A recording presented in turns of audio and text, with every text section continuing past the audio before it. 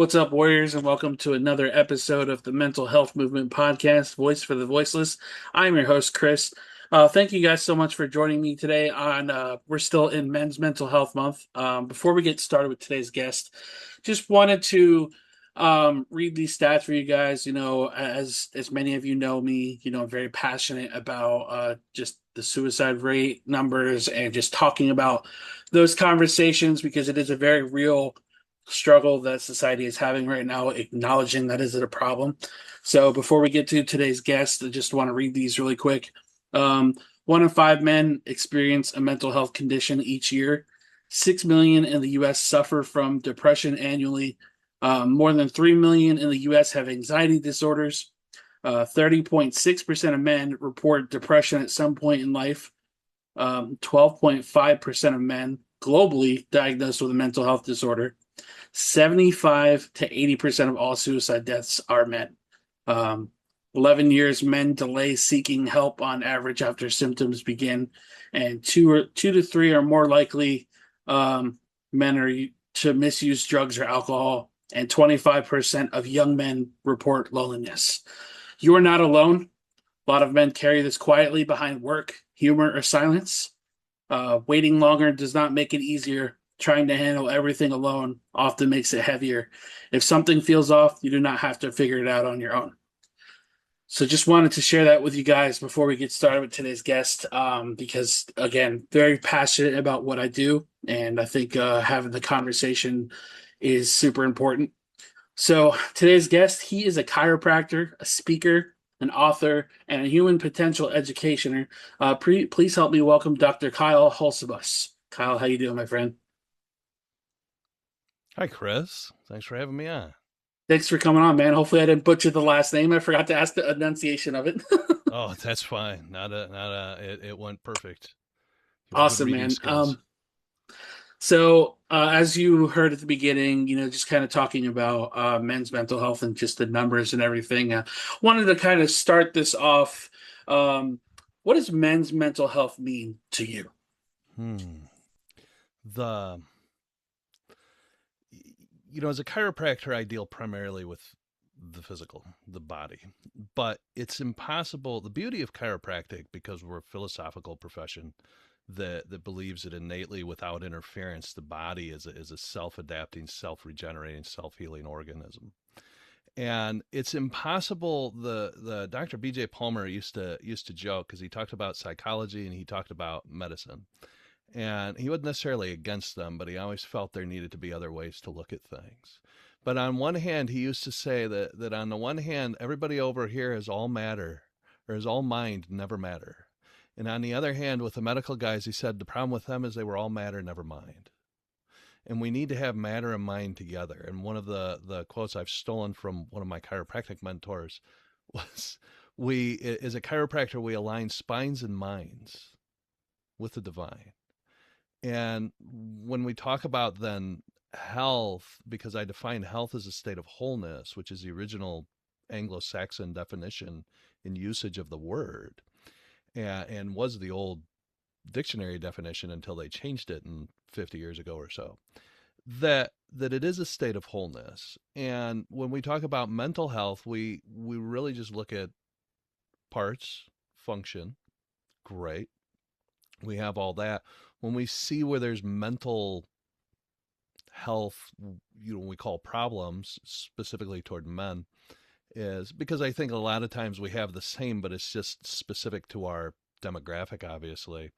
The men's mental health, when I've discussed it more recently, has been about, we we have these societal illusions, these societal expectations that I think we create on ourselves more than anything. I've certainly felt that, where it's, be a man, stand up, men are this way, or men are toxic, the toxic piece, the masculinity thing. And coming in all the different backgrounds I have, when I start thinking about men's mental health and some of the issues that have been on there, and clinically when I've experienced it and with friends, and other hosts such as yourself, it's been more, yeah, there's a physical piece to that because I know there's interference. But if there's interference physically, then there's got to be interference, as I would say, spiritually, or in our perceptions of the world and how we're interacting with everything. And when it comes to that with men, then we start to see in social media and all, not just social media, but media in itself and the consumption of it. I even equate the weather with that many days. If you talk to my patients and my friends, that it starts to inundate us, and we start to go, I just can't face it. This is the expectation, and I can't live up to the expectation. And then we create false expectations on ourselves, and we can look at the psychology and the therapy of it, of, it came from here and it came from this. And yes, there's some of that that's in there, but it's more about us not it's not just a disconnection from brain to body and body to brain. It's a disconnection with ourselves. Because I find one of the greatest, when they're like, you shouldn't lie, I go, yeah, but we lie to ourselves all day.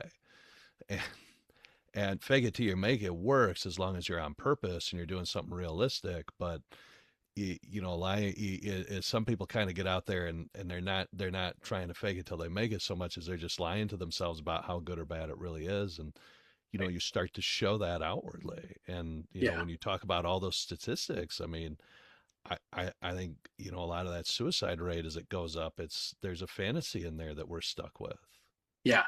Yeah. and we And perpetuate it. yeah, and like you said, just kind of how we put that expectation on ourselves too, and all the media we consume, and all the different voices chirping back and forth of what's expected out of men. We're supposed to be the provider, we're supposed to be the protector, we're supposed to be all these things, while also putting those societal pressures on ourselves, and we neglect ourselves because, like you said, we fake it till we make it, as long as it's realistic, right? And I completely agree with that because for at least I'd probably say well over a decade, I just pretended I didn't need help. I didn't need Mhm. the mental health because, oh well, I'll just keep working until the day I die. Whatever. My problems outside of work don't matter as long as I'm making money, right? And then when we finally hit that rock bottom, we realized, wow, yeah, I am pretty messed up right now, and I really need to get that help. And I think I'll speak for myself. I think that's one of the hardest parts, just as a human being, is admitting that you need the help, that admitting you have problems. Because half of the problems that I have, sometimes I don't want to accept it. It's like, yeah, I'm not doing anything to make these changes for myself, but I know I need to. And again, it goes to that expectation we throw on ourselves. And if we don't hit those goalposts, then, we're just kind of going back to well, I'm never going to get this done because I didn't hit this goalpost this day. Exactly. Yeah. I mean, and it's, where I listen to a lot of different, and I'm not a big consumer of media in that, but I'll hear talks, I'll hear clips, and just things that I go, great. That inspires me. Like my wife and I like to watch America's Got Talent, but I Hmm. don't like to watch the failures and the ones that people, laugh off. I go, I want to watch the ones that you're like, wow, oh my God, that was amazing. Oh my God. Right. Even the ones that are like funny that aren't going to make it. I go, I love that dude just went out there and Hmm. threw everything out. It was kind of goofy and bizarre, but it was entertaining. And, he's just having a good time. And one of the things you, I look at it that way when I see little things like that, and then I see little pieces where it's watching people, average people, regular people doing these big things. You start to go, well, if they can do it, why can't I do it? Right. And often I get where some of these people, they even ask, they're like, well, I didn't think I could do it until I watched this show. And then I'm like, well, I can do that. I'm better than that guy. So one of the things I remember consuming was, I think it was an admiral. He was doing a graduation talk. He wrote a book. I didn't read the book, but it was that whole idea in the military. They go, make your bed. The first thing they have you do is this little thing like, here's your first goal of the day, make the bed. Great. We're on a roll. And, rather than, oh, I failed at this one thing and I got to Right. stop.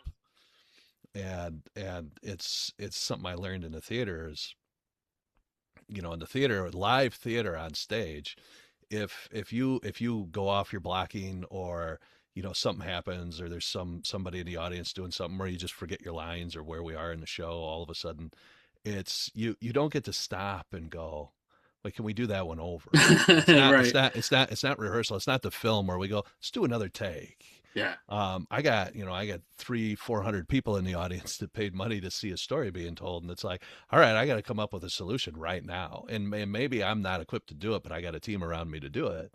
Unless it's a one man show, then that you should be prepared to improv.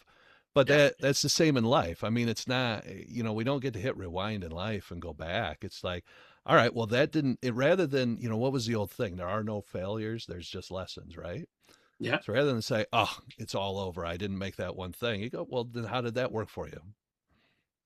Right? You learn from it. Exactly. Or you Yeah. learn from it, or you go, yeah. I mean, I'm watching, I have a niece, she's going to turn 1 year old here in 2 weeks.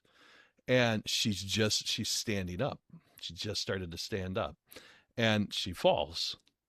And when I see that with parents, they're like, oh, I gotta stop. And I go, no, no, no, no, let them fail, because you can't learn to balance if nobody lets you balance. Absolutely. You can't. You have to take some of those tumbles, and your brain is constantly learning. As long as you're focused on an objective, yeah, we get frustrated. Yeah, there's times where you're like, you know what, I'm gonna go shut out the world for a day, and I'm gonna go take a nap, and you know what, and let's just get that out. Let's have a little Mhm. day of defeat, and then get up the next day and go, all right, we got that out of the way. Yeah. Yeah. So, before becoming a doctor, speaker, educator, who was Kyle? What parts of your early life shaped the way you see people and health today? Ooh. I'm going to tell you flat out, Chris, that there's not a single part of my life that does not contribute to who I am today. Like, I mean, and I've done an exercise where I look back and go, all right, how did that help me? How did that help me? How did that help me? Like, we look back and go, oh, I made stupid decisions as a kid. And you go, okay, well, how did that help me? Yeah. Yeah. And I've commented to people because they ask how I drive. Just I have a lot of miles on there, but I have a lot of control over the car. And they go, why? I said, from a misspent youth, from doing from doing foolish things behind the wheel of a car, which I don't necessarily condone, and I'm not going to describe, but Right. because we did all those as teenagers, screwing around, not getting hurt, not really hurting anybody else, but doing goofy stuff. I have a very firm understanding of being able to drive, but also that translates into my life, where I go, okay, well, even those driving lessons, those hours of focus and concentration that I put in, you wouldn't think at the time that, oh yes, I'm rehearsing for a future career and whatever. You can look back and go, wow, it is great that I did that. Yeah. There's probably wiser ways to have gone about it, but that's the way I had, so that works for me. Mhm. um, so who was I? I would say I wrote my first short story when I was 6 years old. Wow. And as far as and I don't have a lot of great memories before then. I have that fuzzy memory that kids do. But or not a memory as sharp could remember the cradle. But I wrote a story, and I've effectively loved learning stories and telling stories ever since. Like, when I look back and really go, what are the values that shape my life? If you're watching, the video, or just, not an audio, but I've got bookshelves behind me. I love having my books around me, Right. and it's eclectic. I mean, I've got theater, I've got fiction, I've got esoterica, I've got business, I've got religion, I've got, who knows, I got books in 7 or 8 languages behind me, I think. And I love to learn stories and cultures, and I love to, one reason I love being on chatting with you is you get a little bit of a story of me, but I'm actually gleaning a bit of a story of you. Yeah. And I talk about one of the things that I am, besides being the storyteller of health and human potential, is I list in one of my documents that I am the keeper of the great story of humanity, one of the keepers in the great conversation. And that's something that I thought of when I was a teenager. Hmm. And so I've always loved, doing. I think if you ask my parents, I used to put together little performances in the house. Then I joined the theater when I was in high school. I went to college for theater, for acting. I did sound design.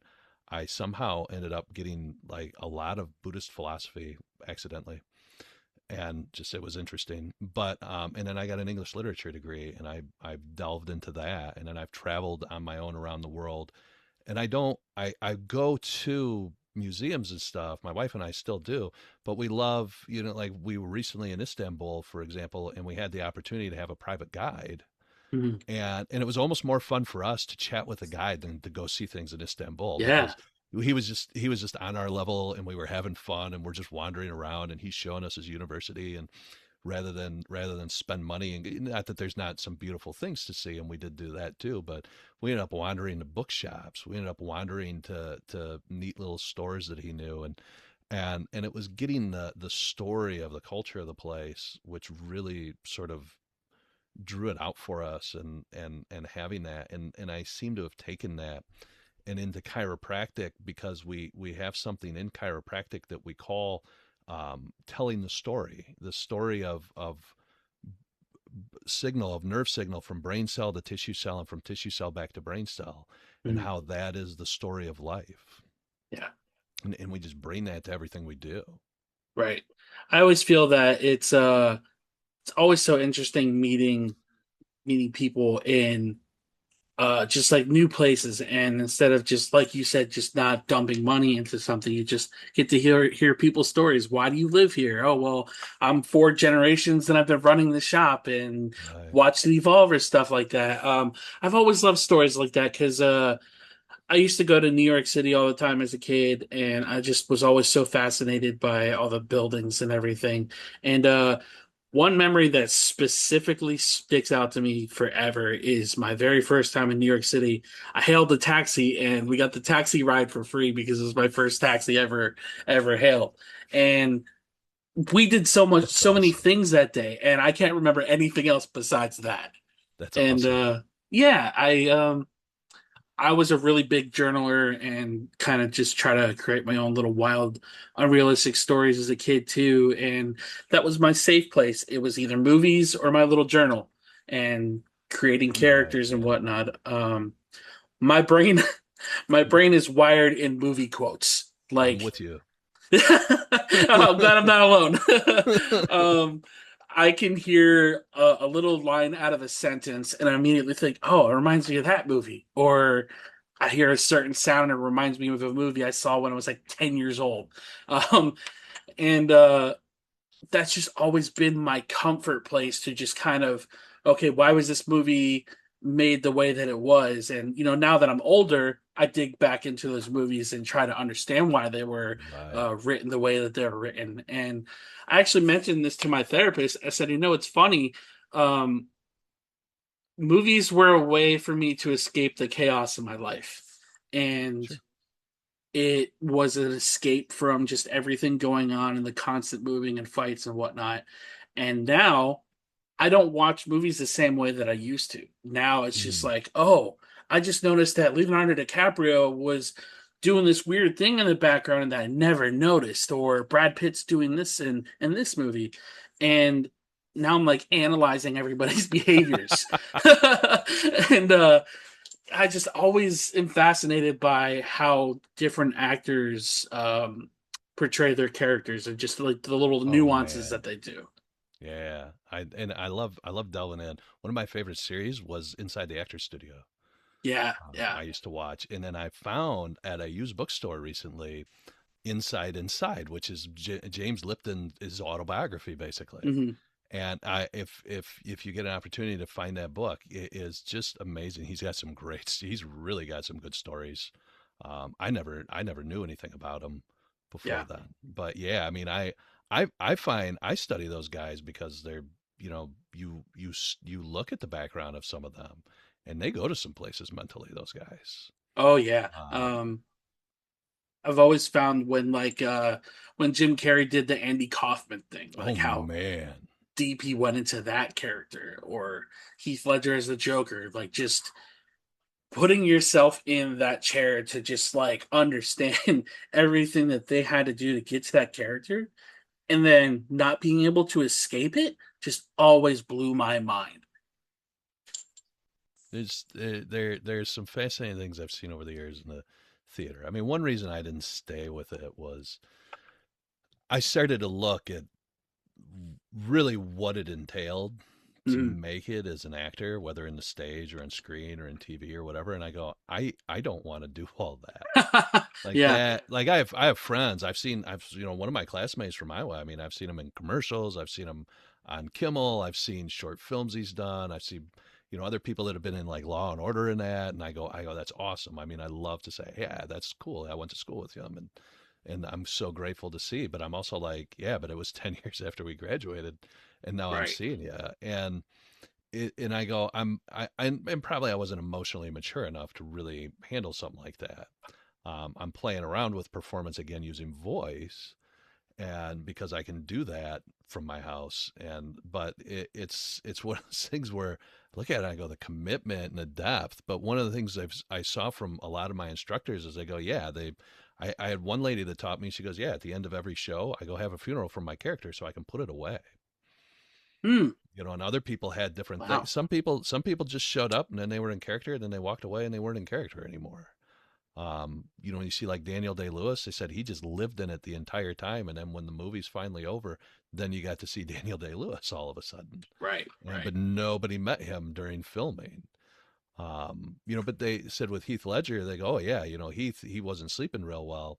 He got really, really in depth into that character, but they said he'd show up for some of the side shoots for the second unit directors and that, and go, hey, can I ride along? And he brought his own little camera, and he was making his own little short film and documentary on the side. I mean, It's incredible. yeah, and I don't think it's so much that they got stuck there and didn't let go. I think there's a lot of that with like Heath and other guys. Honestly, I think that's something we'll never know was going on with him. But Right. he just Right. ended up in a place, dealing with whatever he was dealing with, and kind of went down a path. That may Right. have been a part of it. I think sometimes it's not so much that I'm stuck in the character as I really went to that place and that exists within me Hmm. because we So have it all. there was something that you mentioned there of seeing what it would take to be on screen, be in TV shows, etc. So one of my biggest passions in life is wrestling. I've been a wrestling fan since I was like 7 years old, Awesome. and I wanted to get into announcing because I just love the storytelling that those guys do, You and bet. and I went to school for it in like 2016, and I told him, I said, "Hey man, like I'm not trying to become a wrestler. I'm not very athletic. Like I don't want to be a wrestler. Like, it's just not for me." And he's like, "Well, to get to there, you have to start here." I'm like, "Okay, I understand that." Between the mentality that you have to have as a wrestler to make it, I was like, I cannot do this. There's no freaking way. Like getting screamed at for not doing things right by our coach, and I wasn't in a mentally. You mentioned the Right. not being emotionally mature enough to be in that space, and I would shut down when I got screamed at because I had just still had all that unhealed trauma. Um, but seeing what it took to make it in the business, and I see friends of mine who are on TV like every week, and it's like, oh yeah, I'm really happy for you. I would have never been able to do that. Right. Um, but again, go back to lessons. Exactly. All the things that we did when we were younger, we understand why we did them, and we understand why it didn't work out. Yeah. And Um, I look back, I don't know if you've ever been asked this and about that, but I've been asked this by several people, and it's just one of those questions. It offended me probably the first time, but they said, "Don't you wish?" Because I didn't go to chiropractic until I didn't graduate till I was 30. I didn't go till I was mhm, 27. I was like, I'm not going to do what my dad does. But I came around. My dad finally pointed out. He goes, "You're doing everything in you're talking to people about health. You're telling people to start going to the chiropractor. You're sending people from downtown Chicago up to see me, which was almost a 2 hour drive each way for some of these people, and they were doing it." My friend Chris was like, "I'm going to see your dad because I know you and I trust you, so I'm not going to see anybody but your family." And he just told his boss, "I'm going to be late," and he needed it. I found out later that saved his life. He said. Wow. He was in a real bad space. So, it kind of helped him. I just talked to them the other day. But I was 30 when I graduated. And if I'd gone right from like just getting the requisites, the pre-med and having all the anatomy and the physiology and the chemistry and all that and just gone straight in, I would have graduated, I would have been 23.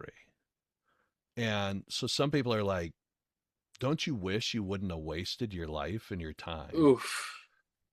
doing that and just gone right in and started taking care of people right away? And I Yeah. just go, I think it's impossible that I could have wasted my time, because they said, well, you have a use, that's always that fun thing, like you got a liberal arts degree, so it's useless, you can never use it in anything. And I go, I use every single thing I studied every day in order to interact with people.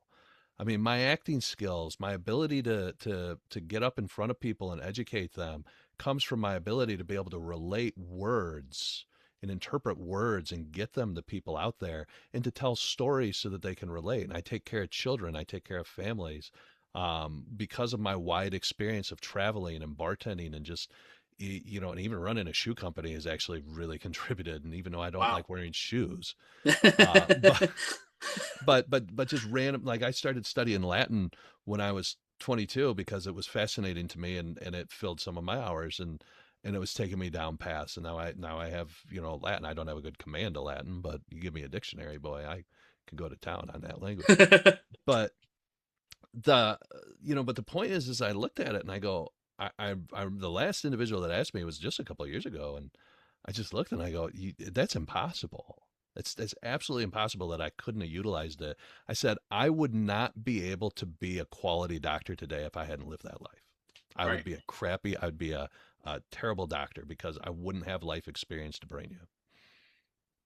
And it's impossible. It's impossible that what I've done can't contribute today because it's shaped who I am. And it's the funny thing about that question is it's kind of like they're acknowledging the success that you're finding, right? But then they're Right. also like a backhanded, like, don't you wish you started it sooner? Like, you wasted 7 years doing this. Right. Um, right when I got out of high school, I tried college. I was very good at high school, and just I was told that college was the way to go. And Sure. unfortunately, it didn't work out for me. But the few classes that I took helped me a lot. Like public speaking, tremendously helped me. Right. Like this Look at it. podcast. Look at us today. Yeah. And I used to do a wrestling podcast when I lived up in New Jersey, and I got to interview legends, like people that I've watched growing up. And that was such a cool experience. And the way my life was at the time, just again, kind of going back to the unhealed trauma part, um, I wasn't able to move forward with that podcast because of external factors. Fast forward to now, the mental health podcast. I mean, I've interviewed people like yourself, CEOs. I mean, there's been so many people stories that I get to hear and get to hear the incredible start and the current of what they're doing in this community. And I always find it interesting to learn more and more about everybody. I mean, the fact that you said you used to run a shoe company and a bartender and travel, like, I think that's so incredible because when you read somebody's job title, it's like, oh yeah, they were in college the whole time, and they that was their whole path, if you will, Right. the from when they started. And then when you hear all the background stuff, it's like, wow, yeah, you got a lot of experience on your belt to get to where you're at, and I'm grateful for those years that other people may view it as wasted time, but I'm grateful for the failed wrestling podcast and the professional communications class I had in college, even though I didn't graduate, and be able to have these conversations to tell my story, to receive your story, and keep conversations like this going. I think it's I wish people would just uplift instead of just like backhanding. Well, and that's just, that, and really it's just people comparing themselves and Yeah. wishing, that, well, like you said, people, that it's their measurement of success. Hmm. And, especially like, where I was born in the 80s. And so, my dad was born in the 50s, and his definition of what should be success is vastly different than mine. And I know that my nephews, my oldest nephew is 13, and I know his definition is going to be different. Hmm. And I got a beef with the word success Yeah. because I looked it up one day, and I've learned Spanish over the last few years pretty well. And when I remember when I learned the word for success in Spanish is éxito.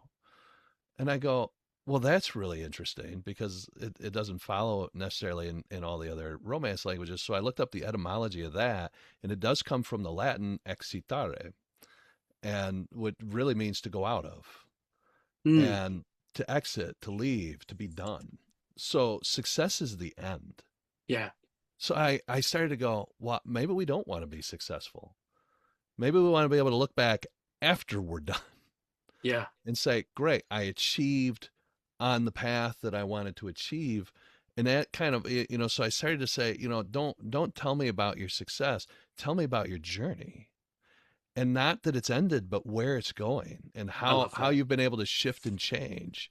Yeah. And I know it's become almost a little cliche to talk about the journey, but in the it's 'cause I'm a big reader, and I keep coming across when we talk about the hero's journey of Joseph Campbell, and that's not just for mythos. I mean, that is also mental health, because some of that hero's journey is entirely within the mind.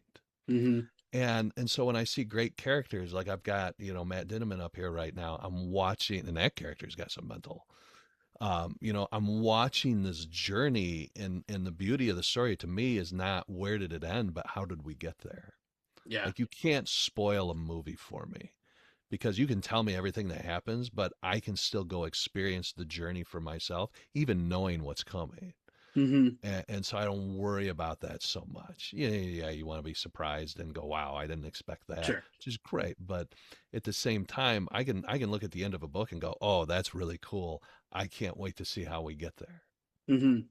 And so that whole journey of us, rather than, "Oh, what does success mean to you?" And people are like, "Well, it means this and this and this." Well, if you achieve that, it means that I worked and I provided for my family, and I had the relationship, and I did this and nothing ever went wrong. Well, then you'll probably fail every time, because Right. Right. but if you say, here's what I would love to look back at the end of my life and say occurred, Yeah. Yeah. that's so much more. And like you said, just listening to the journey and how the journey began. Because I'm a big Marvel guy. I've read Yeah, comics my whole life, and while I know for the most part before the movie's coming out what the premise of the movie is going to be, you couldn't spoil that for me because I want to see how they drive Doom's character. I want to see how Peter Parker deals with his interaction with this person, et cetera, et cetera. And exactly. I don't want to know how the thing ends. Like, obviously, let me get there, and that goes with the journey. That goes with all the surrounding factors to get to the very end. And I think I love that you pointed out the word success because I feel like it's such a jaded word that It is. so many people measure your worth by how successful you are in your life. Oh, you don't have kids, you don't have a wife, you're not successful. What? I have everything that I have is because of me. Like I think that's pretty great. Like um, but the word success is just I feel like it's weaponized more than it is It is. Because uplifting that's people. exactly just like you said. I think Hmm. it's wiser to use a word like fulfillment. Yes. Are you Yes. fulfilled Yeah. where you are now? Because so if you say no, I'm not, so great. What objective will get us there? Yeah. And what objective can you work toward that is continuously fulfilling? Right. So you kind of talked about your dad being in chiropractor and your journey getting there. Um, what did growing up in that environment teach you about people healing or the responsibility? So my grandfather started the business when he graduated and started in 1949. Hmm. And you want to talk about a journey. At the time in the state of Illinois, it was illegal to get a chiropractic license if you went to Palmer Chiropractic College, which is funny because that's the foundational college of chiropractic. But if you went to the one in Illinois, you could get a license. Hmm. And he practiced for, I think, until 1963. And when a group finally sued the state of Illinois for discrimination, and they won because they were getting the exact same schooling. Yeah. And so finally he got that, and he was awarded the first uh, nonpartisan, Hmm. discriminatory chiropractic license in the state.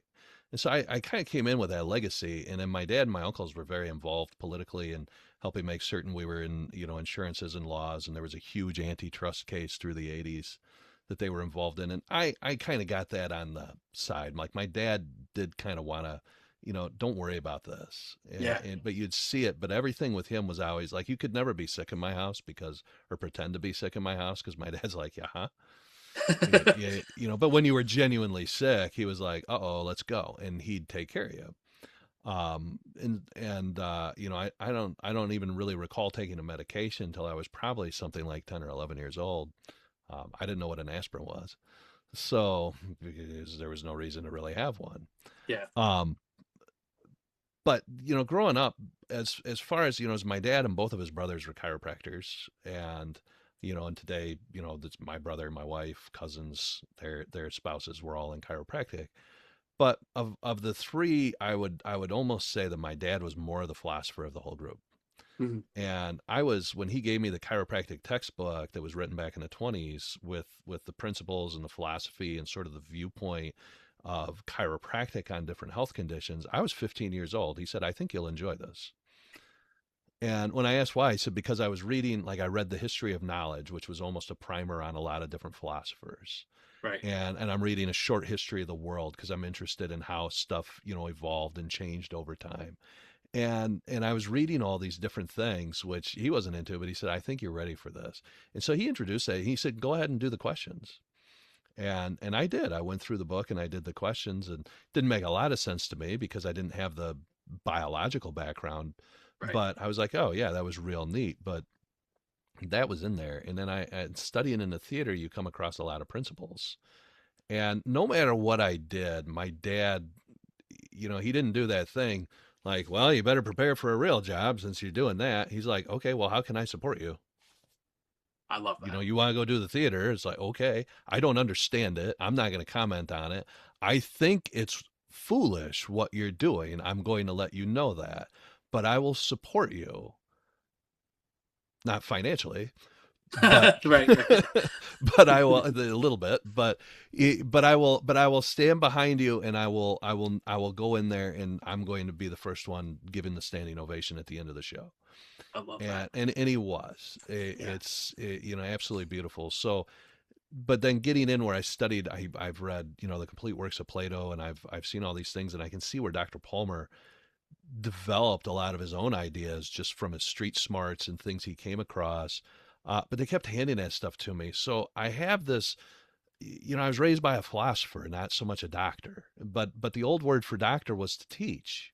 Mm. And his main thing, and our main thing, even in the office today, I tell most people, I go, only 5 to 10% of what we do is putting hands on you, doing chiropraxos, done by hand, is putting our hands on you and adjusting your spine, because that's a relatively simple, quick objective we meet. But 90% of what we do is educating you and empowering you in your health and how your body works and how it works in your life. And if you sit down with my wife and my wife even more so than me, she's going to look and go, "Here's what this means in your life. Here's the mental, psychological adjustment we need to make to your perception to align with the physical.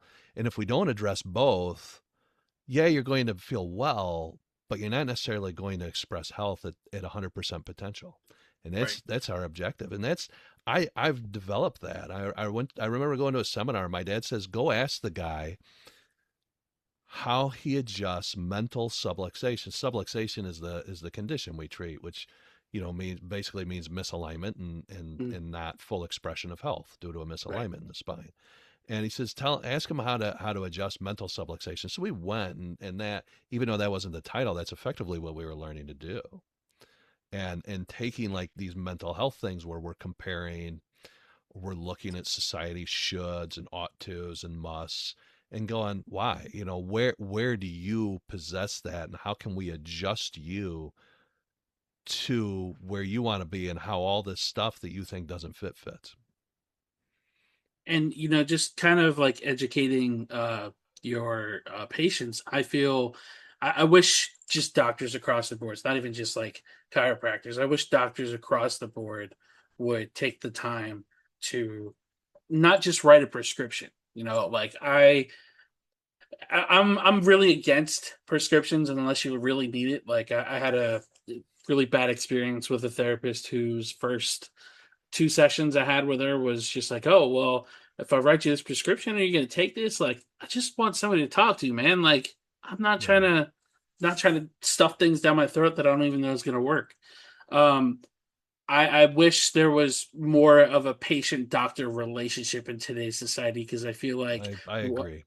what you guys do in educating your patients, I think, is so important because you're doing the legwork that I feel, you know, I don't want to say regular doctor. That sounds really weird. A medical doctor Yeah, medical doctor. Thank you. or an A medic. osteopathic doctor. Yeah, that would just kind of be like, okay, this is why your body's reacting the way that it is, instead of just, I'm going to write you a prescription and we're going to get you here. Like, let's go to what the cause is and not just treat symptoms. Exactly. That's, and you know what chiropractic was founded on was to find the cause of all disease of all mankind, either directly or indirectly. Right. And whether we succeeded at all, but we're working off base principles. But I will Hmm. tell you, and I understand what you're saying certainly, and that's a whole 20-hour discussion we can have. Right. But and we don't want to get started on that can of worms. But I will tell you that those MDs and DOs exist, Yeah. and I know them, and I even know the ones that are kind of in and out with you. But I know, we work with the surgeons in town, we work with the pain management guys, we work with the independent guys, and the hospitals, but I know that they're there. But I also know some of the guys that are kind of, they have stuff thrown at them. My friend Nitten's a great example. He's a cardiologist. He's a little unique as far as his office, I think, is the way he tells me. But he's only allowed 15 minutes with the patient because it's he's the employee of the corporation, and Mm, they're going through, and he doesn't want to just prescribe, right. but he's also got to make certain he's got the time to have that relationship with you. So he's gone maybe above and beyond what he could do, and he's learned to either record or to remember everything that's in there, so he's not at a computer with you, he's with you. Yeah. And there's some amazing surgeons here in town that we've worked with, and gotten people to, and they go, God, he was only in the room for 60 seconds, but I felt like he was there for an hour talking to me.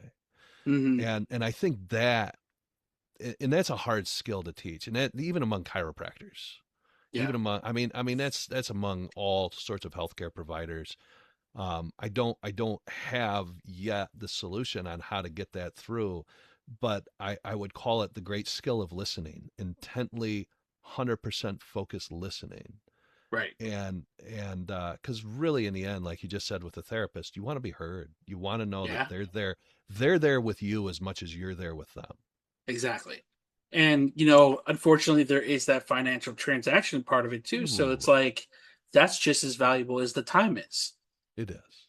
Well, and And there's it, but good. we, and right. It's in to you. Sometimes when you feel cheated, you feel like you didn't get fair exchange.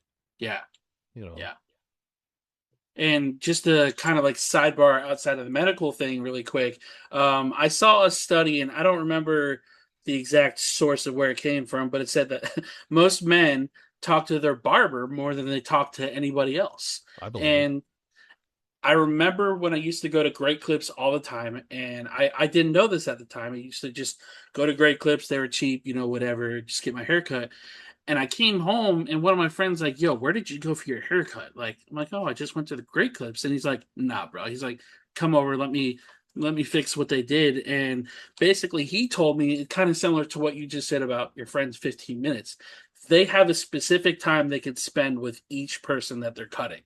So I've been going to the same barber now since like 2018, and this dude knows everything about my life. We're really good friends. Right. And kind of going back to the time being a currency thing, I feel that if you are taking the time, not only their money, but also taking the time to get to know somebody, to be like, hey, like, what's new in your life, or did your family member get that surgery, or whatever it is, Right. I feel the patient or customer relationship with whoever they're dealing with, I think is should be the number one priority across the board through every kind of profession. I think it would certainly be a wise way to look at it. Yeah. And I think you're seeing that now too, especially as people are trying to get more automated and do all that. Mm-hmm. I discussed this with my brother because we own the clinic together now, since my dad stepped back. And when you're running a business, and we have the challenges of business, which is hiring people, and we have certain associate doctors, and we've got and we're dealing with all the overhead and all the other the stuff that a small business is going to deal with, and then they change the laws and all the different things that we got to do. And he's like, well, what do you think we can do? I said, well, here's our options. 'Cause I'm big on let's find the options. I said, well, option number one, we can do, what some other places have done, and we'll stop having our staff take people back and go through their history and write it out with them and explain stuff. And we'll put the kiosks and the computers in like other people have, and they can do it all digitally, and it'll all be put in and print out. And we'll walk in and we'll say, great, here's what's going on. We'll turn you over to somebody that just x-rays you that. And we'll walk in, we'll spend 5 minutes with them explaining and adjust them and tell them to come back the next day for a care plan and how much it's going to cost. And he goes, that sounds terrible. I go, right. I said, but we can go that route. People are doing Right. it, and they're doing it very well, and they're Mm-hmm. taking care of people, and people keep going back on that model. And because some people do want that.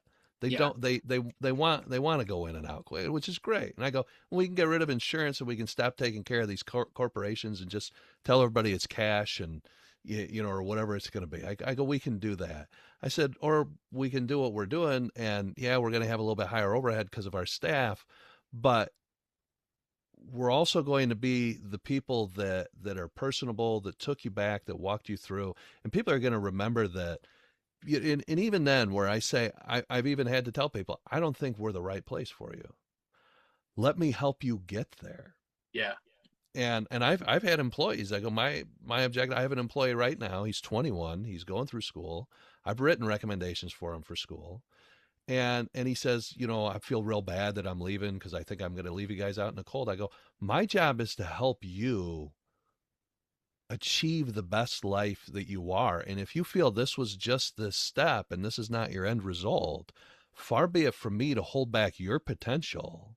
Though I will love it if you keep donating your time a little bit toward me for exchange while you're going through that as much as possible and help me with that. I go, but understand I have no animosity to you doing that. I want to know where to write the recommendation and where to send it.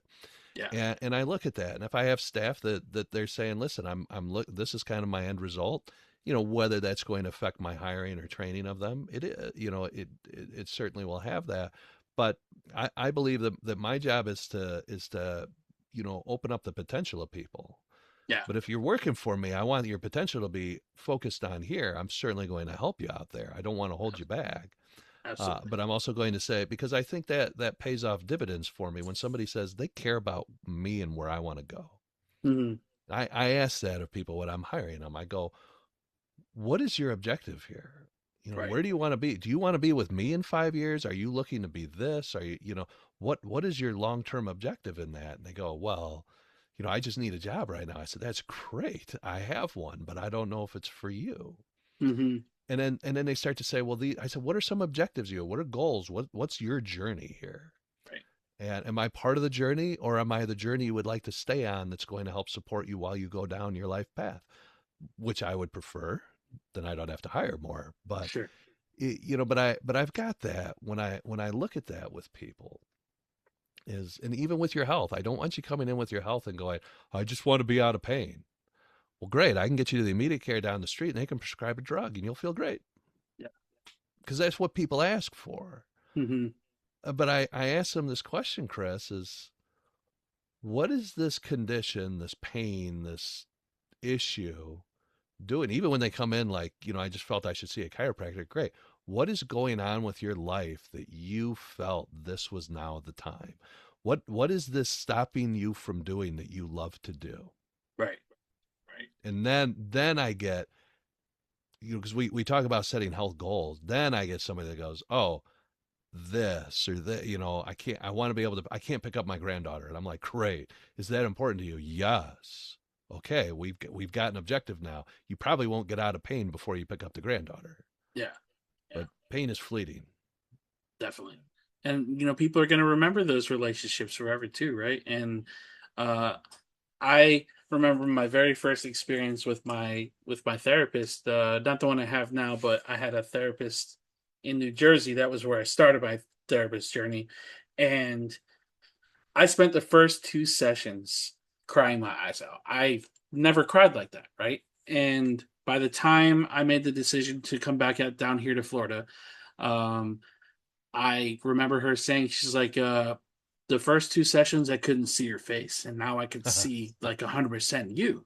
Wow. And putting in that work for 6 months, and again, that's something to also to what you do as well, as people putting in the work to improve not only their mental but also their physical state too. I think a lot of people don't understand what it takes to become that whole being and how much hard work it takes to become whole. Right. And creating that relationship with people that you can visibly see care for your well-being and are trying to guide you, whether it be a financial standpoint, whether it be success, our favorite word, standpoint. I just feel that how you treat everybody around you, regardless of what stage in their life they're in, they're going to remember that conversation for the rest of their life. Absolutely. Absolutely. And I think it's so important for our growth to have those kind of people along our journey. That's why I fully agree with the years wasted comment of, I didn't waste anything. I Right. created relationships. I had experiences that I never thought I'd ever experience. And I don't regret Right. any of it. No, no regrets. But it just spurred a thought of me. One of my long term patients. It's kind of the fun thing in our office too is I've seen there was a guy, he passed away last year. He was just about 90 years old.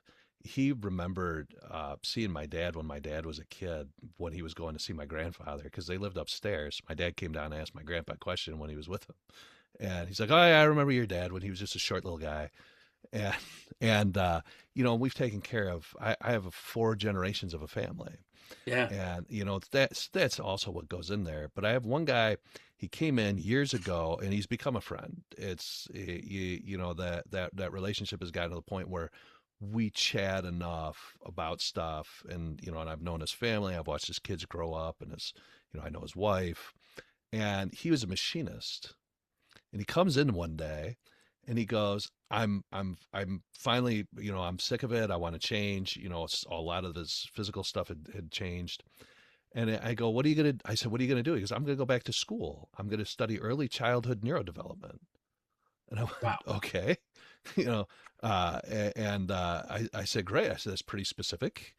And he goes, yeah, I'm going to do it. I'm going to keep working and then I'll be doing that. And I said, that's awesome. How can I support you? And he, I obviously had a lot of interesting thoughts and we had discussions on it. And then it turned out a couple of years later, while he was in the middle of all that, his father passed away and very unexpectedly. And it was in the pandemic. So it was real sad through that. Mhm.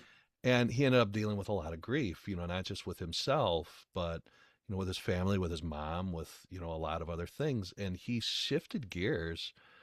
He was already studying in neurology and the brain, but he ended up, as he told me, going into social work.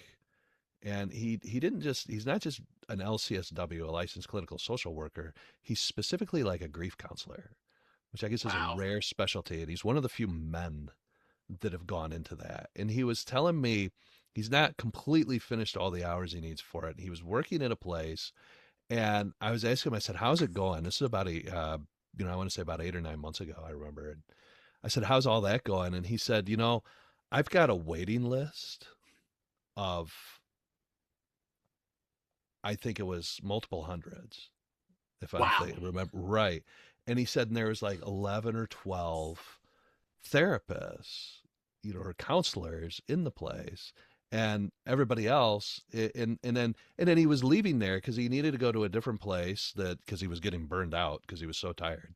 Right. And I was one of the guys he came and chatted with to get some of that out, and we would talk. But he he said, well, I got to go. But because he loved the place so much, he gave them 2 months notice.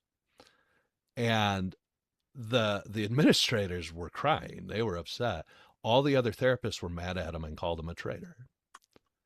And I go, why do you think that is? He says, well, all of them do telehealth except him. He goes into the office and sits down with people right across from him and talks. Everybody else is on a computer. And I said, oh, so in order to keep the overall practice going, they're all going to have to get into the office. And he goes, exactly. So they were pissed at him. But I think that made the difference. And he and I chatted, and I go, yeah, it does. Because, every now and again saying, hey, I need somebody to talk to and jumping on a call like this, I get. But, like my practice is impossible to do telehealth. Right.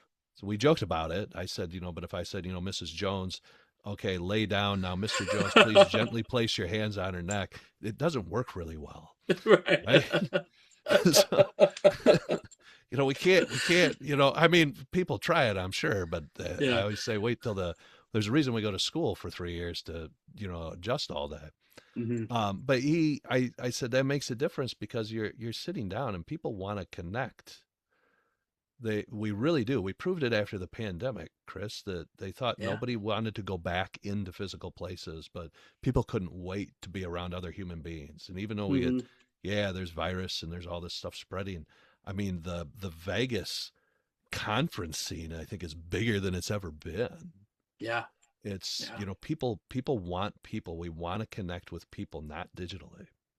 Yeah. And my very first experience post pandemic was going to a concert, and I remember because like in Florida, I know they lifted the restrictions fairly earlier than everybody else, and the venue we went to, they were like, "Oh, bring your masks and everything." And this is a really closed in concert hall, so I was like, "Do I wear a mask? Nobody else is wearing a mask. I feel a little uncomfortable right now," and I just, to your point too, I've never been around that many people after what went on. Like you said, people want to be around people, and I started therapy after one of my close friends passed away in the pandemic, and this is how this is how inexperienced I was with just like how therapy works. When my brother passed away, when his life was taken from a car accident, I didn't know that I could reach out to my therapist and talk to her about that. I thought I had to wait until my session,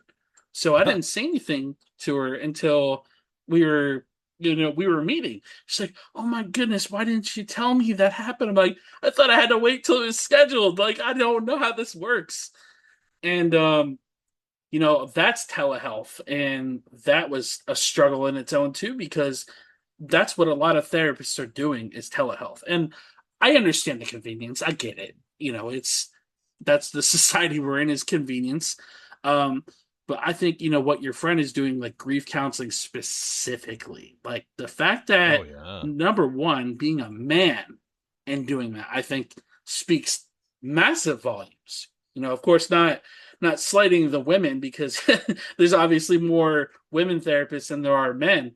But I think when you have a man in that kind of space and be willing to be in a physical space for those people, I think that's so powerful, because you said it yourself, over hundreds of people were waiting for this man. Like, it's crazy when it takes one person to just kind of shift how the world views specific things. Like therapy, for example, I think is something that most people don't understand the impact that one person can have on you until you start like face to face conversations in person. You bet. There's a quote by Dr. BJ Palmer, who his father, D.D. Palmer, was the discoverer of chiropractic, we call it, and BJ was the developer. He's the one that built the schools and really expanded all that, and he was a philosopher and like his father was. And but there's a quote by him that most chiropractors know, and I actually have it on the wall in the office, and I can see it every time I walk out the our little back office to go see people. And it says, "You never know how far-reaching something you say, think, or do today will affect the lives of millions tomorrow." And he Absolutely. meant that in the sense in chiropractic that we can say that one adjustment on one segment, one time on one individual that's going to remove interference is going to actually change the trajectory and expression of health in that individual's life in every single connection they make and interaction they have forever, Yeah. forever. And so, Yeah. yeah, I don't think we do that. I've done thought exercises with my staff saying how impactful are you really, even if you think you're not. Right. And Yeah. that's that old idea of a smile goes a long way some days. It really does, though. Like I'm a really big believer. My grandfather passed away this most recent February, and Okay. one of the things he always told me is like, just smile at people that you're walking by. Ask how somebody's doing. You never know how much that one person needs to be seen, right? And You don't. for the longest time, I couldn't really embrace what he was saying, like fully understand. Then when I started doing my journey into my own mental health, and I'm like, oh, that makes so much sense what he's saying. Like, you could be a homeless person, or you could be somebody in a store that's visibly having a bad day with their kids screaming, whatever, and you smile at somebody, and their demeanor just changes. Like they'll be like, "Oh, I see you're struggling," and somebody cares enough to say, "Hey, how are you?" or just smile at somebody walking by. Um, I'm so big on interacting with people and love doing that at wrestling events. I love talking I'll to the people bet. we're sitting next to. Um, I really big on interaction with people when it comes to just like passions and just life. Like if I ever ask how somebody's doing, I don't do it as just like a conversation starter. Like, tell me how you're doing, man. Like, give me the sticky, give me the great things that are going on today. Yeah. I think it's important to be present in every conversation that you're in. Yeah. That's exactly it. Be present. Be there. Yeah, Don't be worried about your laundry or all that. If you ask somebody, ask them. But yeah, but be there when you ask. right. So, we talked a little bit about the journey getting to, the successes, I would say, Oh, sure. to where we're at in Objectives. life. Yeah, objectives. There you go.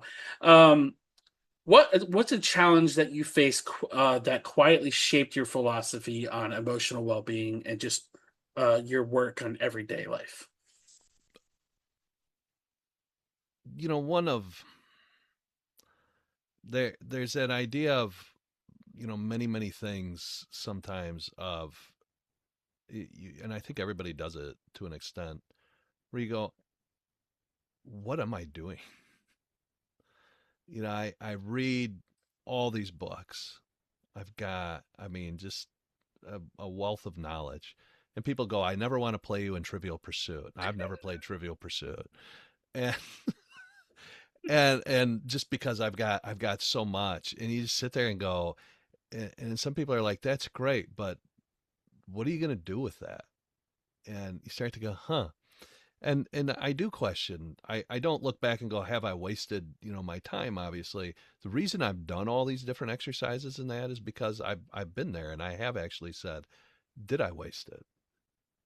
Did I do that? And even now where I look and I love taking care of people physically. I love putting my hands because that's the thing at chiropractic that's different than most healthcare. And I even would argue that it's different than going to like the physical therapist because we put you in a very vulnerable position and put our hands on your body, on your spine, and we adjust it and gently and not gently, depending on the individual and the spine.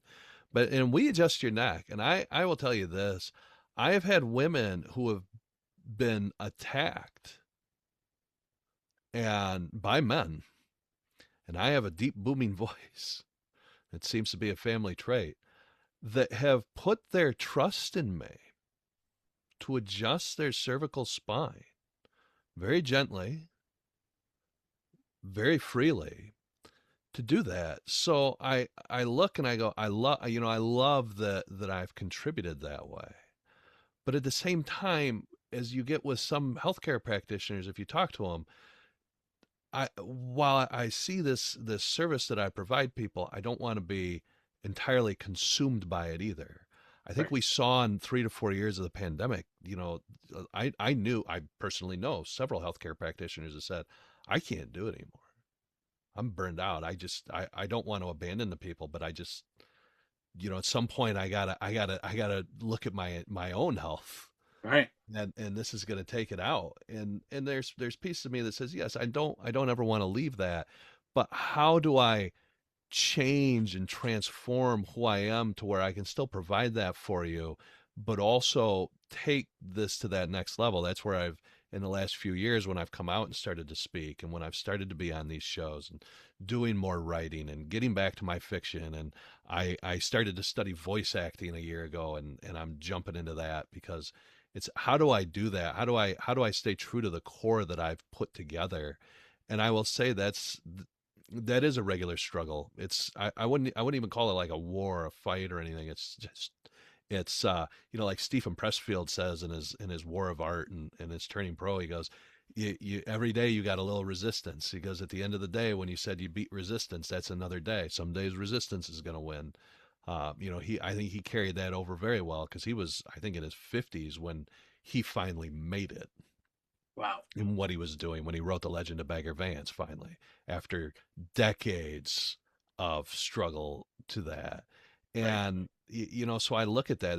That's why when I was studying, like, when you get over 40, why I kept seeing, like, why do we call it a midlife crisis? Why is it that that's when people suddenly start to say, we have some stability there, but we also start to question, where are we going? What is my purpose? I mean, I'm looking in my 40s, my early 40s, and if you take my family history into account, I've probably got 40 to 50 years left of going. And how do I want to dedicate my time to both the universe and to myself, and to my, my partner, my wife, and that journey we take together. So it's, without compromising myself to duty. That's really the struggle. That's the little things, because I have all these nuance. Some people talk about, "Well, I'm in this job." I said, well, yeah, the interesting thing with us is my partner is my older brother and my dad, and I work with my wife and, and my family. And so we have a family dynamic, we have a business dynamic, I have a marriage dynamic, a relationship dynamic. I've got, we have all these ebbs and flows of all these different things in there, and we have two younger brothers besides that have both been involved in there, even though they're not doctors. Um, or yeah, I mean, people talk, where are you struggling? I go, listen, it's every individual gets up every single day and says, all right, let's go. And I spend every day, and some days I set all my objectives, Chris, and I get to the end of the day and I look and I go, well, didn't do any of that. Because I just go, today's gonna be a day to just go find a coffee shop and sit outside and read a book. Yeah. And I just, some days I go, you know what, I didn't waste that day. Yeah. Yeah. And that's, it's funny that you say that, because I feel like there's so many people with the mentality of you have to be productive every single day, even if you're not working. And I like, I can understand that mentality, but I also think that balancing everything is super important. Like being centered, being present in every day of life, whether it's your day off or it's your day working.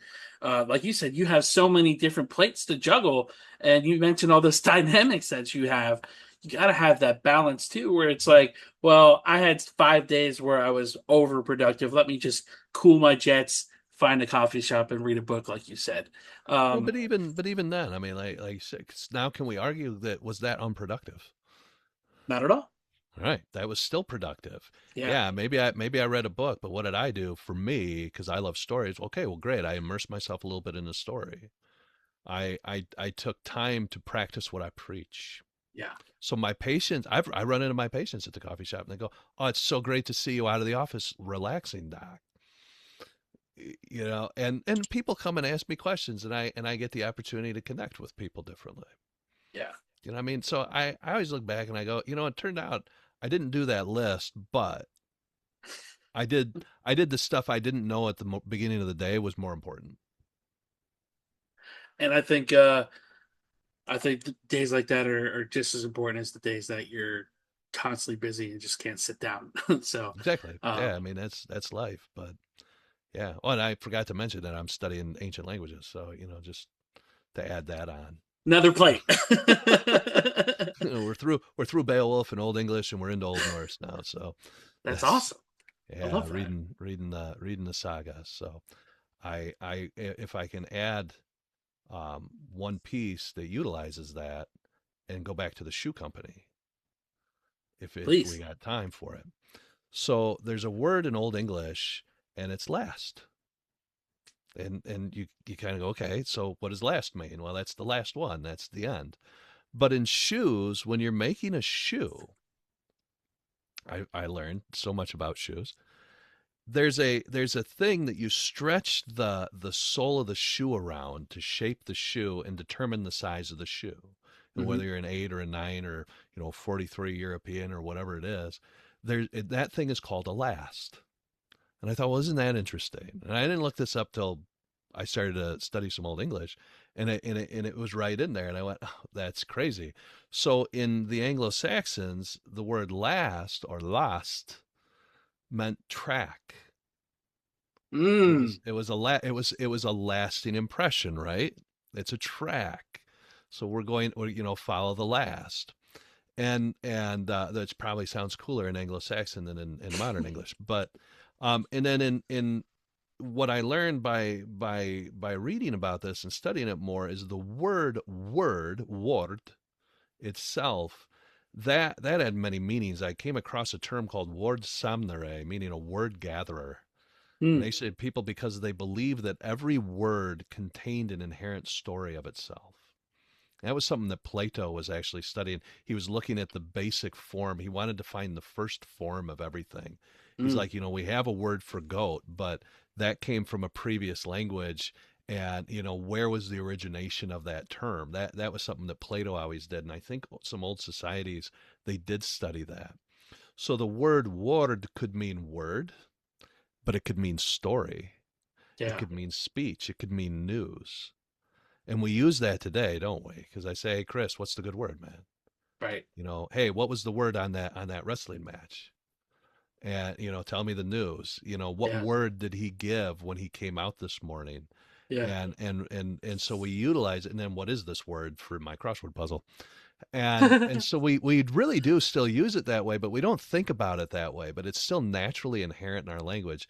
So the Anglo-Saxons had this term called the last word. And you might think, well, if it's the last word, it's what did they say on their deathbed? What were the last words? Right. Which, if you want Citizen Kane Rosebud, right? And that Yeah. created a whole movie and it meant nothing. But the, but, but to this, because it's a track and it's a word, which is a story, it's what is the story of his track? Mm. Meaning, what story did he leave in his tracks, which we can call reputation or legacy, right? Yeah. Which I think is a beautiful interpretation of it, which was kind of what they were saying. What was the last word of Chris's life? Yeah. And it was, oh, here was the story of his life. But I took it further and I used that BJ Palmer quote in there because I said, I think it's more than that. I think it's the story of the tracks showing the effect and the influence of every individual you encountered on your entire life and how you affected their lives and went out to the universe, no matter what life you lived, Right. because no life is too small, no interaction is too little. And I said, Absolutely. I think that was a deep, deep meaning. I think if we went back to the old storytellers and the Water Somnares, we would find that they said absolutely the last word is an important thing. You know, they didn't tell the story of Beowulf to say what he said at the end. They told the whole story of his life and how he interacted with people, Right. and the warrior and the leader that he was, and the family he came from, and how they affected more places in there if you read through the entire thing. And you'll go, wow, that was the last word of Beowulf. Yeah. And so it was just that was a cool thing that I said, wow, the shoe company gave me that. I love that. I love So that. next time you put a pair of shoes on, the I lasts, remember that. what Gotcha. last made these shoes? Um, when people look back on your work years from now, what do you hope they say you help them understand about themselves?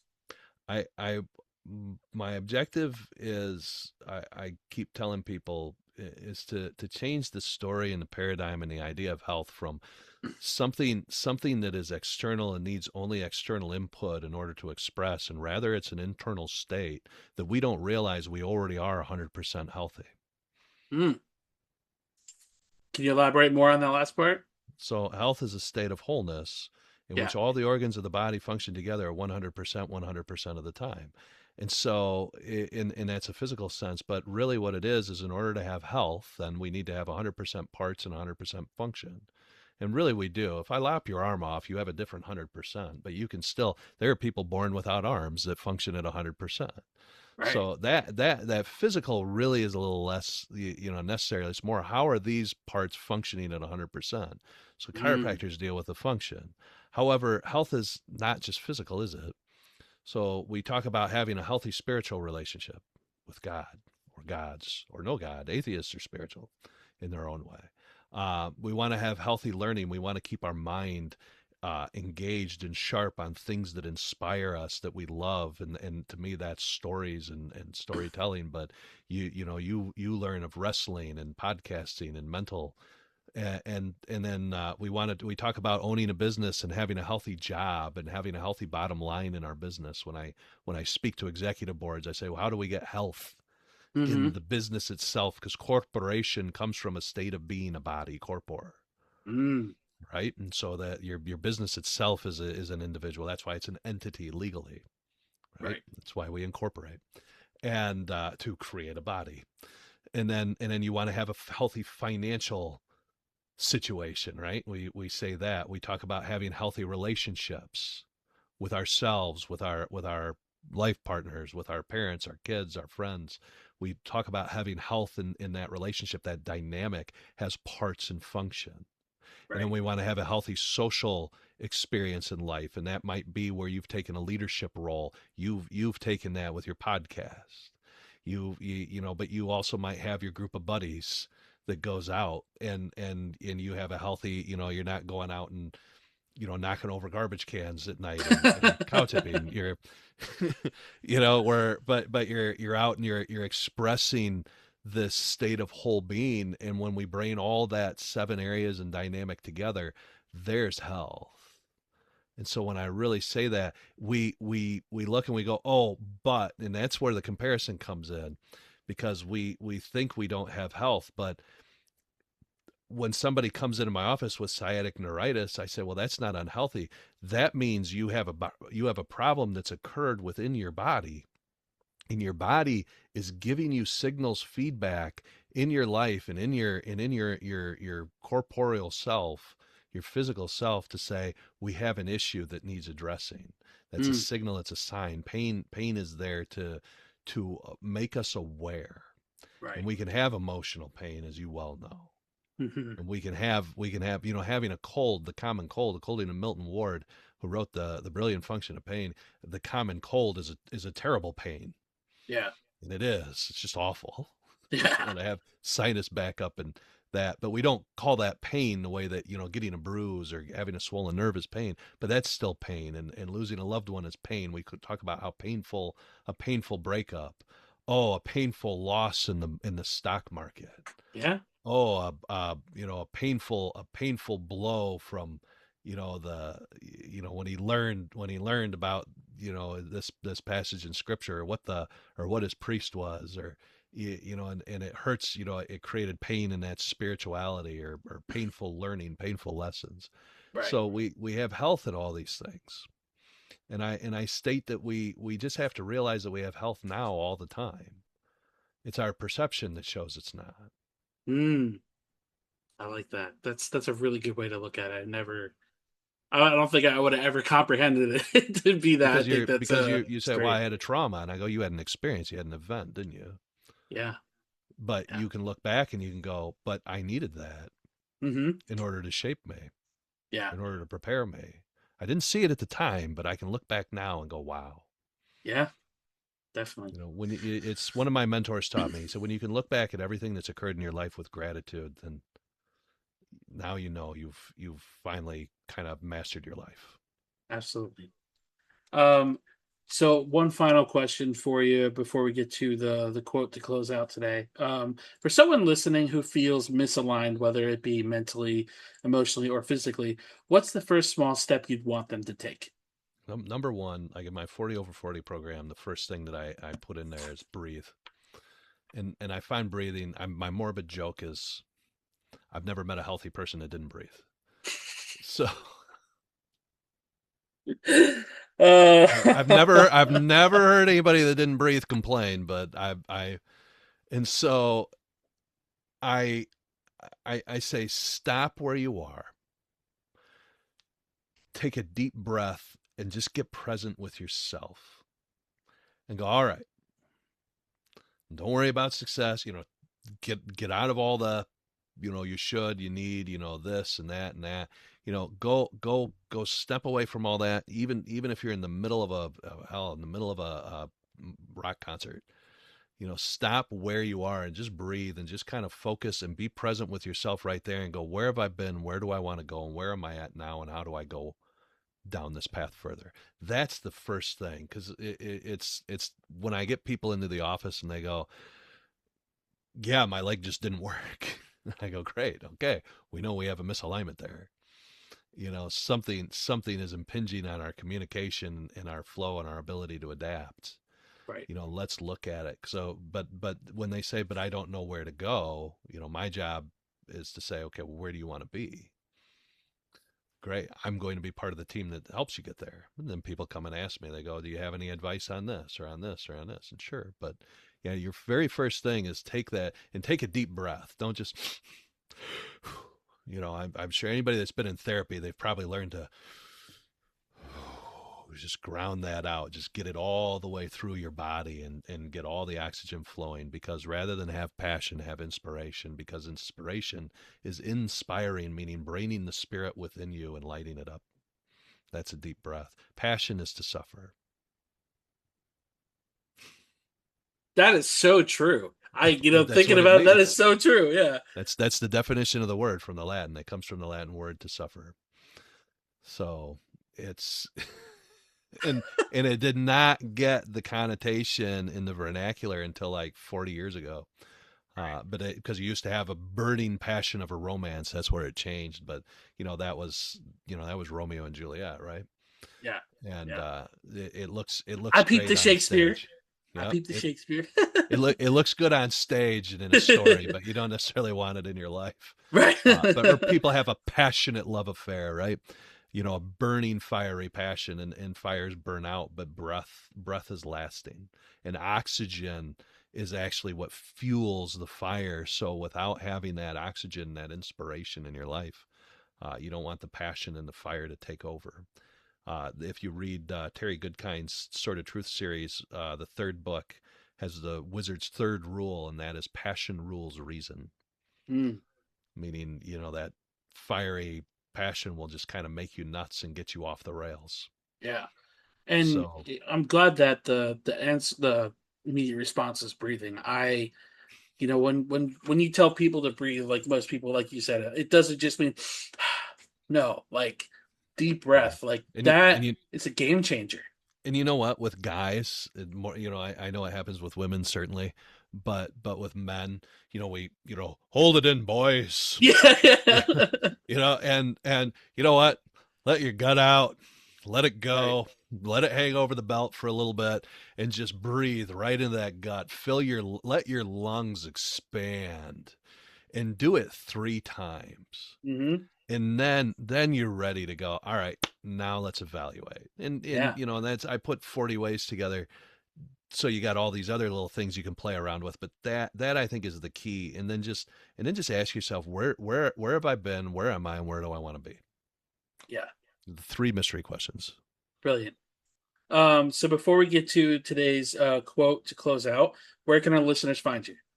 I've got a couple of places. I encourage everybody right now, find me at 40over40.com, as 40over40.com. And that's got my video series that you can purchase and listen in on. That or if you're getting a little too early, since we're working out bugs on it, you can get on the list to get notified when it's early available. But that's 40 over 40, 40 ways to maximize health and longevity after 40 years of age. And it's not a course. It's not a must do this. It's a here's some great things you can add to your life every day and how to utilize them. The other place you can go to my YouTube. It's at Dr. Kyle Hulsebus, and I've got short videos every time I travel. I love to do a little philosophy for people. Just to add into their life. So I've got all sorts of things. If you do want to find me for chiropractic, you can find my office through either of those or visit MP as in McChesney Park chiropractic.com. Perfect. And do you have social media as well? Yeah, Instagram or anything? the Instagram's at 40 over 40, I believe, and a Facebook page. Perfect. I've been told recently I have a TikTok. I had no idea. So, Surprise! Brian, though I did have somebody that found me on TikTok in London, which was Wow. really cool years ago. Hell yeah. So Um, so before I read my quote, do you have any closing words for our listeners? I, it's being on the whole conversation in here, the greatest thing I think I can do is I want everybody to remember it's health. Health literally means health, a state of or a condition of wholeness or whole being. And wealth is a state of or a condition of well-being, not just money. So health is within. Remember that health is within. And you already possess it. You just have to go in, and health has cycles of ease and disease, but know that it's in there and you're expressing health. Now we just got to figure out how to unlock our perception of it so that you can empower yourself in it and utilize what you have control over and take it. Brilliant. That Yeah. Thank you. Thank you so much for that. So my quote that I found, I didn't see an author on it, but I did.